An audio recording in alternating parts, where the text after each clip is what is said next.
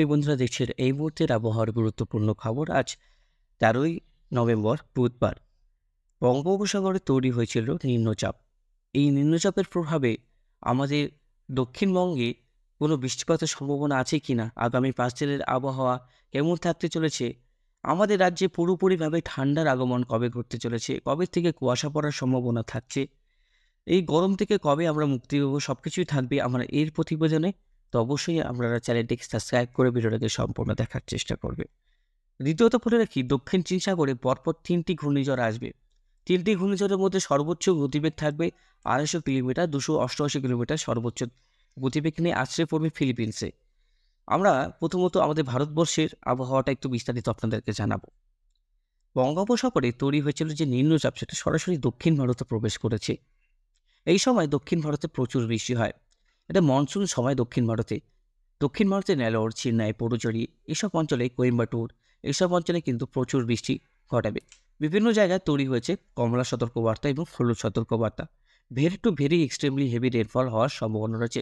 ভারী থেকে অতি ভারী বৃষ্টিপাতের সম্ভাবনা রয়েছে চেন্নাই, পুডুচেরি, নাগাপত্তনম আর এদিকে ত্রিচি, তারপরে এইসব বিভিন্ন অঞ্চলে কিন্তু বৃষ্টিপাত হচ্ছে।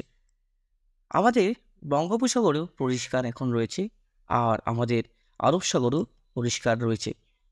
দক্ষিণ চীন সাগরে তৈরি হচ্ছে ঘূর্ণিঝড়। পরপর 3টি ঘূর্ণিঝড় তৈরি হবে। 3টি ঘূর্ণিঝড়ের মধ্যে সবথেকে কম শক্তি সম্পূর্ণ যেটা থাকছে, যেটা ফার্স্টের এই যে ঘূর্ণিঝড়টা, তারপরে এগিয়ে ঘূর্ণিঝড়, তারপরে আরেকটা ঘূর্ণিঝড় তৈরি হচ্ছে এইখানটায়। যে লাস্টের যে ঘূর্ণিঝড়টা তৈরি হচ্ছে সেটা ফিলিপিন্সে ল্যান্ডফল করবে। তার সর্বোচ্চ গতিবেগ 288 কিলোমিটার প্রতি ঘন্টা। তো বুঝতে পারছেন আবহাওয়া কতটাই এই খামখেয়ালিপনা করছে এখন। পরপর একই ঘূর্ণিঝড় তৈরি হচ্ছে, একই লাইনে ঘূর্ণিঝড় তৈরি হচ্ছে, একই দিকে ঘূর্ণিঝড়টা কিন্তু টার্ন করছে। এটা কিন্তু পুরোপুরিভাবে জলের টেম্পারেচারের উপরে, মানে সমুদ্রের জলের টেম্পারেচারের উপরে নির্ভর করে যে তার গতিবেগ কতটা শক্তি সম্পূর্ণ হবে। এদিকে ঠান্ডা প্রবেশ করছে উত্তরবঙ্গে। পূর্ব ভারত থেকে কুয়াশার যে মেঘ সেটা প্রবেশ করছে নর্থ বেঙ্গলে। আপনাদেরকে জানাচ্ছি, দেখুন বিস্তারিত। এদিকে চণ্ডীগড়, তারপরে এদিকে আপনার দিল্লি, শ্রীনগর থেকে মেঘ প্রবেশ করছে সরাসরি ঠিক এই লাইন হয়ে। দেখুন এই লাইন হয়ে আস্তে আস্তে প্রবেশ করছে পূর্ণিয়া পর্যন্ত। একটা কুয়াশার আস্তরণ বন্ধুরা, একটা কুয়াশা পড়েছিল আজ সকালে। এইভাবে কিন্তু ঠান্ডাটা প্রবেশ করবে, ঠিক এইভাবে কিন্তু ঠান্ডাটা প্রবেশ করে। দিল্লি থেকে শুরু করে একদম পূর্ণিয়া থেকে আমাদের কলকাতায় এইভাবে এখন মেঘলা নয়, হালকা মেঘলা, হালকা রৌদ্র রয়েছে। আস্তে আস্তে পরিষ্কার হবে, রৌদ্রটা একটু উঠবে। সকাল থেকে মেঘলা ওয়েদার ছিল উত্তরবঙ্গে, আস্তে আস্তে পরিষ্কার হওয়ার সম্ভাবনা রয়েছে। কিন্তু এদিকে কিশোরগঞ্জ, ইসলামপুরের দিকে মেঘলা রয়েছে। আর আপনারা অবশ্যই আপনাদের আবহাওয়ার পরিস্থিতি আমাদের ভিডিও কমেন্ট বক্সে লিখে জানাবে। তো আপনাদেরকে একটু ঘূর্ণিঝড় ট্র্যাক করে দেখিয়ে দিই বন্ধুরা। এই ঘূর্ণিঝড়ে যে পরপর 3টি ঘূর্ণিঝড় তৈরি হচ্ছে, এই তো পরপর 3টি ঘূর্ণিঝড়ে কিন্তু অনেকটা এই একটা, এই দুটো, 3টে। প্রথমে যে 14 তারিখে দেখি 15 তারিখের মধ্যে একটা পাশ কাটিয়ে ক্লিয়ার হয়ে যাবে। 2 নম্বরটা প্রায় ঘন্টায় 200 কিলোমিটার গতিবেগে আসতে পড়ছে, 150 তাইওয়ানের দিকে, তাইওয়ানের দেশে চলে যাচ্ছে। তারপরে হচ্ছে 17 তারিখে একটা ঘূর্ণিঝড় তৈরি হচ্ছে, সেটা কিন্তু 221 থেকে 250 কিলোমিটার গতিবেগে আসতে পড়ছে আমাদের এই ফিলিপিন্সের দিকে। তো ঘূর্ণিঝড় কিন্তু বারবার তৈরি হচ্ছে দক্ষিণ চীন সাগরে, বুঝতে পারছেন।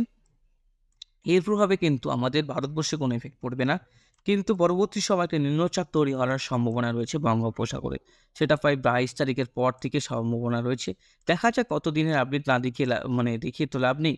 যেটা আজকের আপডেট, আগামী 2-3 দিনের আপডেট সেটা আপনাদেরকে দেখাচ্ছি। দেখুন মোটামুটি আমরা 5টা ওসাগি বলে একটা ঘূর্ণিঝড় আছে, ইয়াক্সকি বলে আছে, মিনাই বলে একটা ঘূর্ণিঝড় আছে, 1905S বলে একটা ঘূর্ণিঝড় আছে। বিভিন্ন জায়গায় কিন্তু এই ঘূর্ণিঝড়গুলো তৈরি হচ্ছে বন্ধুরা। তো বুঝতে পারছেন অনেকটাই বিপজ্জনক এই ঘূর্ণিঝড়। 288 কিলোমিটার প্রতি ঘন্টায়, মানে ভাবছেন কতটা তার গতিবেগ, কতটা তার ভিতরে গতি সম্পন্ন হয়ে থাকবে। তো বৃষ্টিপাত মূলত আমাদের না বললেই চলে, আমাদের এখানে কোনো বৃষ্টিপাত হচ্ছে না বন্ধুরা। যদি আপনাদেরকে একটু ট্র্যাক করে দেখাবো, তো অ্যানিমেশনে আপনাদেরকে যেতে হবে। অ্যানিমেশনে গিয়ে দেখতে হবে 13 তারিখ থেকে 22 তারিখ পর্যন্ত বৃষ্টিপাত দেখুন কোথায় কোথায় হচ্ছে, কীভাবে হচ্ছে। এখানে আমরা ট্র্যাক করা যায় অ্যানিমেশনে। বৃষ্টিপাত মোটামুটি আমরা বিজয়বাড়া, বিশাখাপত্তনম পর্যন্ত পাচ্ছি। নালর, চেন্নাই, পুডুচেরি, তেরেঞ্জিবলে, কম্বেটুর এইসব রাজ্যের মনসুন একটা অ্যাক্টিভ হয়েছে। আর এই পাশে আপনাদের পরিষ্কার আকাশ, কোনো ভারতবর্ষের এই অঞ্চলে কোনো বৃষ্টিপাত কিন্তু নেই। বুঝতে পারছেন, এই অঞ্চলে কোনো বৃষ্টিপাত নেই। এখান থেকে এই অঞ্চলটাতে কোনো বৃষ্টিপাত নেই। কোনো সতর্কবার্তা আছে কিনা সেটাও দেখিয়ে দিই আপনাদেরকে। দেখুন, মোটামুটি কমলা সতর্কবার্তা তৈরি হয়েছে নেলোর, চেন্নাই, তিরুপতি এইসব অঞ্চলে। আর এদিকে কোনো জায়গায় কী সতর্কবার্তা আছে দেখলে আপনার এদিকে সাইক্লোনের জন্য রেড অ্যালার্ট দেওয়া আছে, ট্রপিক্যাল সাইক্লোনের জন্য। তাছাড়া এটা দেখে আমাদের লাভ নেই। মোটামুটি আমাদের যে এখানে দক্ষিণ ভারতে যে বৃষ্টিপাত হচ্ছে সেটা দেখালাম আপনাদেরকে। তাছাড়া আমাদের বাংলাদেশ, তারপরে এদিকে রাজশাহী, গুয়াহাটির দিকেও কিন্তু কোনো সম্ভাবনা নেই বৃষ্টির। শিলচর, ত্রিপুরা, আসামেও কিন্তু বৃষ্টির সম্ভাবনা নেই।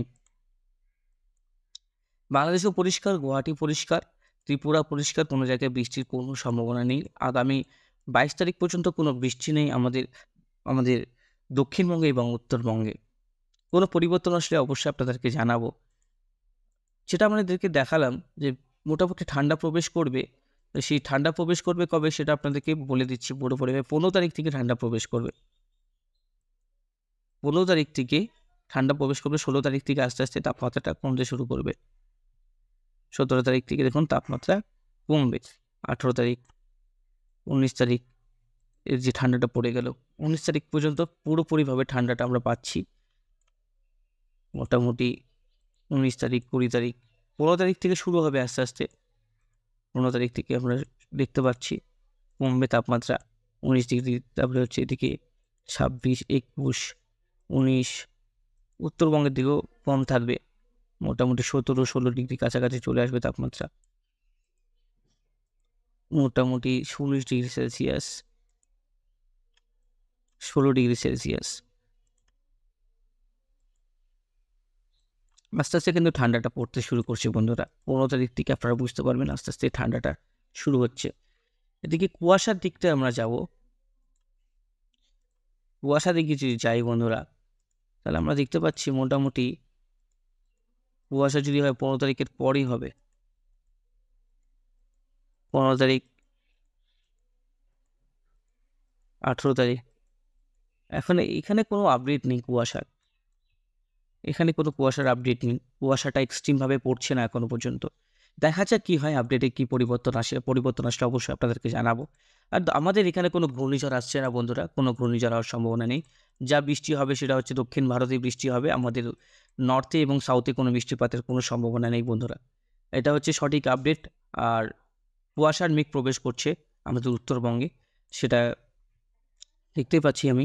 এখান থেকে আস্তে আস্তে প্রবেশ করছে বন্ধুরা। তো বন্ধুরা, বেশি কিছু দেখিয়ে লাভ নেই, বড় করে লাভ নেই। ভিডিওটা আজকের মতন এখানে সমাপ্ত করছি। ধন্যবাদ।